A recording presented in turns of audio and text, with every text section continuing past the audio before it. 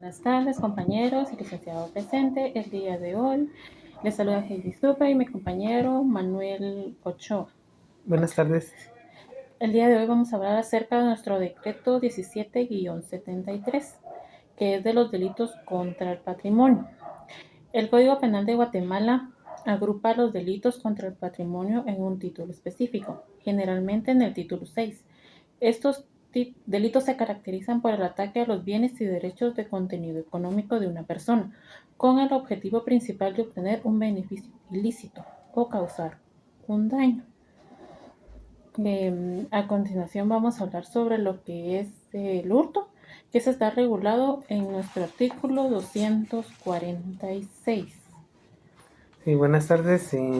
Ampliando el contenido del hurto en el artículo 246 del decreto 1773, nos dice que sin la debida autorización, el elemento fundamental que diferencia el hurto del robo es la ausencia de violencia o intimidación sobre la persona.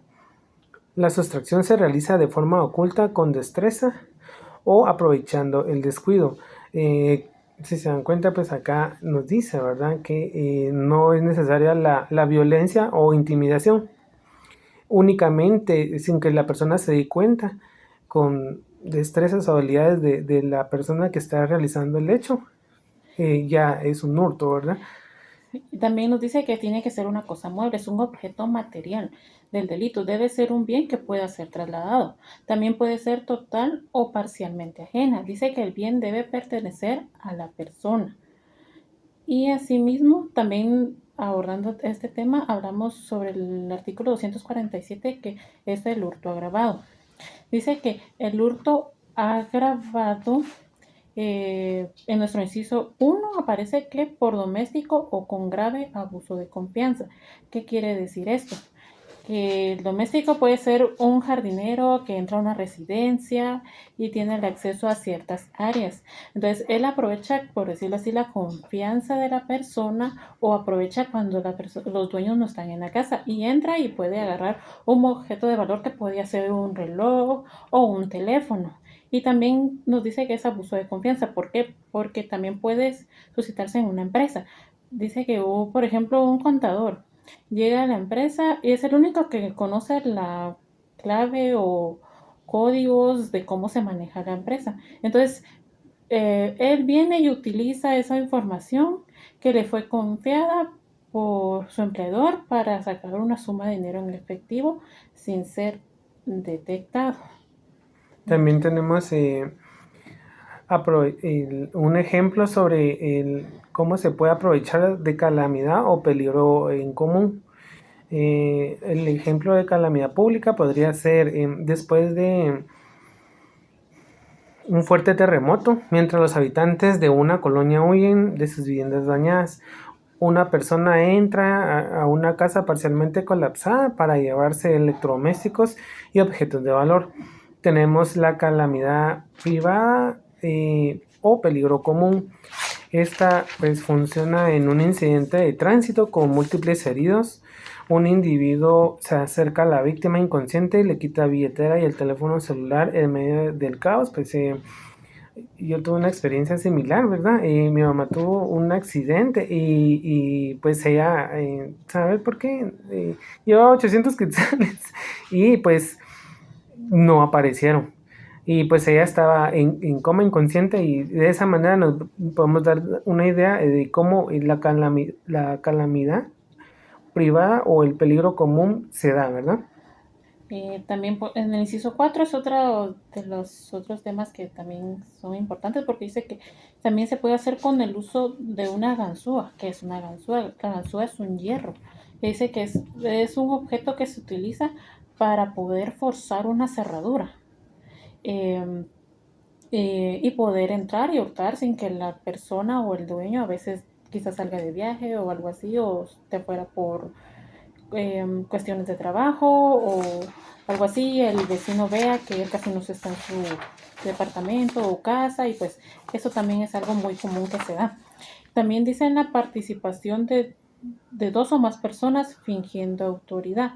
Eso también se da mucho. Dice que se puede dar cuando dos delincuentes actúan en conjunto en un mercado, uno distrae al vendedor y el otro aprovecha a robarse la mercadería. Eso se ha visto también mucho. También fingiendo autoridad. Una persona se disfraza con chalecos, que es lo más común que se puede cuando se disfrazan de chalecos de los policías. Dice que entra a una empresa o engaña a una persona. Pues, se ha dado también cuando los retenes. O sea, los retenes creo que ahí es donde más se da este caso. También el hurto también puede ser en objetos de dinero y también se dan en los aeropuertos. Puede ser un carterista, puede ser un empleado de limpieza o algo así, como a veces las maletas o los equipajes no vienen así como quien dice en buen estado. Cuando se trasladan de un lugar a otro, pues también lo pueden hacer. Sí, también tenemos los objetos de valor cultural, científico, etcétera. Por ejemplo, un ladrón ingresa a una iglesia y se roba una antigua imagen religiosa que tiene un valor artístico e histórico. También tenemos un coleccionista privado, por ejemplo, es un apasionado de la arqueología, accede al Museo Nacional de Arqueología y Etnología en un evento, durante un evento ocurrido, ¿verdad? Sabe que el museo alberga una colección invaluable de piezas mayas. Aprovechando la distracción de los vigilantes en una sala poco iluminada, el coleccionista sustrae sin violencia, ¿verdad? Un pequeño cántaro ceremonial prehispánico. El hurto se agrava porque el objeto sustraído, digamos en este caso el cántaro ceremonial, presenta una pérdida irreparable, tanto para la cultura guatemalteca como su valor histórico y cultural, como para los académicos y su valor científico, ¿verdad? El hurto ganado. Tenemos como ejemplo un grupo de individuos entre una finca ganadera durante la noche saca sigilosamente a varias reses, llevándolas en un camión para su posterior venta ilícita. El hurto de vehículos. Un ladrón de carros utiliza métodos de apertura y encendido sin violencia física. Por ejemplo, punteando cables o usando dispositivos electrónicos. Y para robar un automóvil que estaba estacionado en la calle, ¿verdad? Para ya sea desmantelarlo o poder venderlo, ¿verdad? En nuestros países. Uh-huh. Otro artículo que tenemos, que es el artículo 251, que nos habla acerca del robo. Dice que la principal característica del robo que lo diferencia del hurto es el uso de violencia o amenaza contra la persona. Ahí es un robo tipo básico y elemento clave es la violencia. En nuestro artículo 251 de nuestro Código Penal. Tenemos robo, el capítulo 2 del robo, quien sin la debida autorización y con violencia anterior, simultánea o posterior a la aprehensión, toma de causas, cosa, mueble, total o parcial ajena, será sancionado con prisión de 3 a 12 años. Eso también en nuestro artículo 252 aparece el robo agravado, que dice que cuando se cometiere en despoblado o en cuadrilla. Un ejemplo de despoblado sería un automóvil sufre una avería en un tramo solitario de una carretera secundaria. Un delincuente se acerca, amenaza al conductor con un manchete y le roba sus pertenencias y el dinero que lleva. En cuadrilla se podría decir que 4 asaltantes interceptan a un peatón en la calle, lo rodean y mientras 2 lo inmovilizan, los otros 2 lo amenazan con objetos punzocortantes para despojarlo de su mochila, celular o pertenencias que lleve. Nuestro inciso nos habla cuando se empleare violencia en cualquier forma para entrar al lugar del hecho. Un ejemplo sería un ladrón utiliza un hierro para forzar la puerta de una bodega de un almacén. Una vez dentro se encuentra con el guardia de seguridad a quien intimida con un tubo de metal para que entregue la llave de la caja fuerte. La violencia para entrar combinado con la violencia contra el custodio agrava el delito. Nuestro inciso 3 nos habla si los efectuaren con simulación de autoridad o usando disfraz. Un ejemplo sería la simulación de autoridad. Dos asaltantes visten de chalecos similares a los de la Policía Nacional Civil y montan un falso retén. Detienen un vehículo y bajo la pretensión de revisión amenazan a los ocupantes con arrestarlos si no entregan todos sus objetos de valor. Y un disfraz podría ser un delincuente utiliza un pasamontañas para ocultar su identidad en una tienda de conveniencia y a punta de cuchillo obliga al dependiente a entregarle todo el dinero de la caja. Sí, tenemos el inciso 4, donde dice si lo afectare con simulación de autoridad o usando disfraz. Como les decía, entonces el inciso 4 dice si lo efectuaren con simulación de autoridad o usando disfraz. También tenemos el numeral 5, si se cometiere contra oficina bancaria, recaudatoria, industrial, comercial o mercantil, u otra en que se conserven caudales o cuando la violencia se ejerciere sobre sus custodios.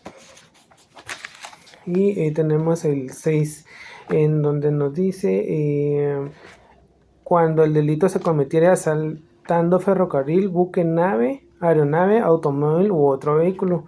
Tenemos el ejemplo en donde un delincuente haciéndose pasar por pasajero en un bus extraurbano se levanta y saca un arma de fuego en el trayecto. Grita amenazas para obligar al conductor a detenerse y luego exige a todos los pasajeros que entreguen sus celulares y dinero. A continuación les estaremos pasando unos videos para que ustedes puedan tener conocimiento y noción de cómo es que sucede, ¿verdad?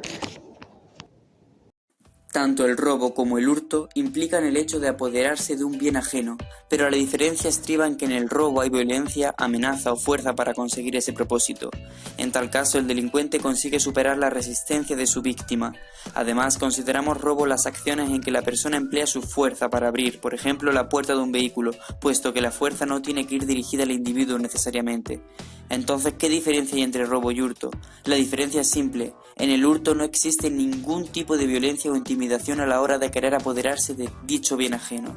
Por ejemplo, sería robo si el delincuente forzara la puerta de una casa y hurto si el ladrón se la encontrara abierta y cometiera el delito. Bueno, después de haber visto este video, espero que les haya quedado un poquito más claro acerca de lo que es el hurto y el robo. Siguiendo eso, pasamos a lo que es la extorsión.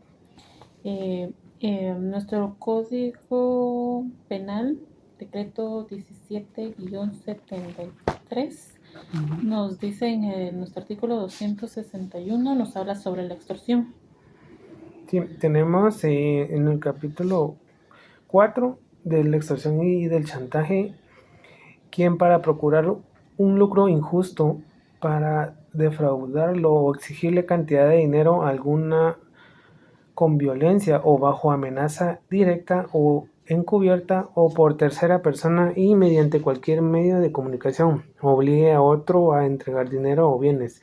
Igualmente cuando con violencia lo obligare a firmar, suscribir, otorgar, destruir o entregar algún documento, a contraer una obligación o a condonarla o a renunciar a algún derecho, será sancionado con prisión de 6 a 12 años inconmutables.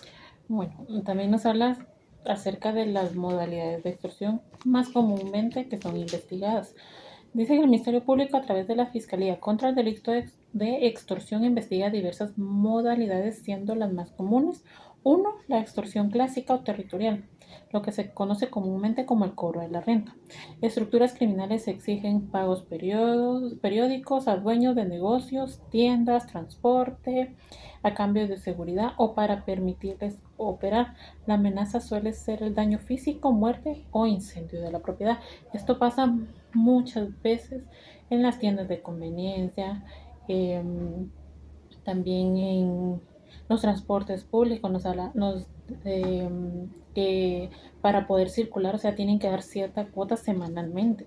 Eh, Hemos visto que los buses ahora de los de acá de Misco eh, tienen policías actualmente, pero media vez les quitan a los policías porque los prestan por un periodo, entonces empiezan otra vez como que a molestarlos, empiezan a intimidar a los pilotos, a los ayudantes, y les empiezan a pedir otra vez el cobro de esto que se le llama extorsión clásica o cobro de renta como lo llaman ellos. También tenemos la extorsión carcelaria, que es lo más común que se da aquí. Se realiza mediante llamadas telefónicas desde centros de privación de libertad, usando amenazas genéricas o información obtenida de base de datos. Esto pues que lo hacen desde las cárceles, o sea, son están privados de libertad, sí, pero tienen acceso a internet, acceso a teléfonos. A veces los teléfonos son inteligentes, son bien avanzados. Entonces decimos nosotros, o sea, ¿cómo pueden ellos tener esa cobertura? Y hasta el internet de ellos creo que es mejor que el de nosotros, ¿verdad? Sí, También tenemos lo que es la extorsión imitadora. Dice que es en pequeños grupos que actúan sin pertenecer a grandes estructuras, pero utilizan el mismo modus operandi para intimidar y exigir dinero. Eso también se da comúnmente y a veces en las noticias a veces aparecen que han matado a una persona y dicen, bueno, él no hacía nada, o sea, él no pertenecía a una mara, no pertenecía a absolutamente nada, pero a veces sí, o sea, ellos mismos vienen y imitan a los que están privados de libertad y pues empiezan a hacer todo esto. Y entonces, para que les quede un poquito más claro acerca de lo que es la extorsión, vamos a ver a continuación el siguiente video. Y ocurre cuando se obliga a alguien a dar, hacer o dejar de hacer algo con la intención de obtener un lucro y causándole un perjuicio patrimonial. Los delincuentes emplean violencia física o moral para generar miedo en las víctimas. Existen dos tipos de delito: de forma presencial o directa. Es cuando el criminal se presenta al domicilio o negocio de su víctima para exigir algo, principalmente dinero, amenaza e incluso puede causar un daño al inmueble o a los bienes del afectado. Extorsión telefónica, indirecta. Es cuando el delincuente usa varias formas para exigir dinero, principalmente vía telefónica.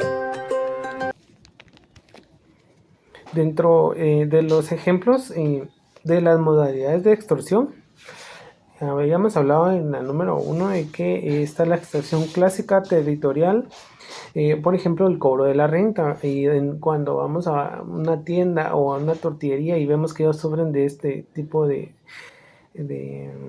cobros, ¿verdad? Llamados extorsión. Por ejemplo, en las zonas, hay varias zonas rojas en los departamentos y municipios de Guatemala, pero dentro de los más fuertes está la zona 18. Por ejemplo, yo tengo conocidos en donde ellos tienen casa propia, pero viven alrededor de, digamos, una cuadra cerrada tipo C, y todos sus alrededores de esa cuadra son personas mareros, entonces ellos no pueden vivir ahí. Esta persona, pues, o conocido, tuvo que comprar casa en otro lugar y salir de ahí. De lo contrario, pues, posiblemente ella ya no estaría viviendo ahí, o ya no estuviera, ya no estuviera en vida, ¿verdad? También tenemos la parte número 2 sobre la extorsión carcelaria. La número 1 nos dice cómo operan, la número 2 nos dice cómo o desde dónde se operan este tipo de extorsiones, porque al final del día ellos ya no tienen nada que perder. La pena máxima nos dicen que es de 49 años o 50 años, pero ellos tienen varias penas sumadas y a veces escuchamos en las noticias en donde vienen y nos dicen pues que tienen 200 años de prisión. Entonces a raíz de eso ellos no tienen nada que perder. Y la de número 3 nos dice la extorsión imitadora. Estos son grupos que pues ya, pequeños grupos que no pertenecen a las grandes maras, ¿verdad? Por así decirlo, una mara 18, una mara salvatruchas es como una tipo, como un tipo, ejemplo, empresarial, y los imitadores trabajan como por su cuenta, ¿verdad? Son personas que aparecen muertos o, bueno, al final del día, tanto siendo o perteneciendo a una mara como por su cuenta, no tienen mucho tiempo de vida, ¿verdad? Entonces, pero no les encuentran ningún tatuaje.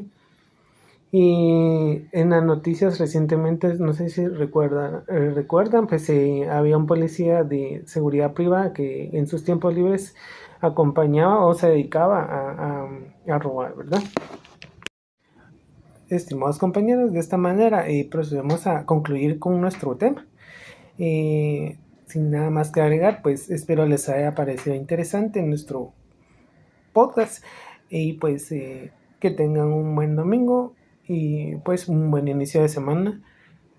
Feliz tarde. Gracias.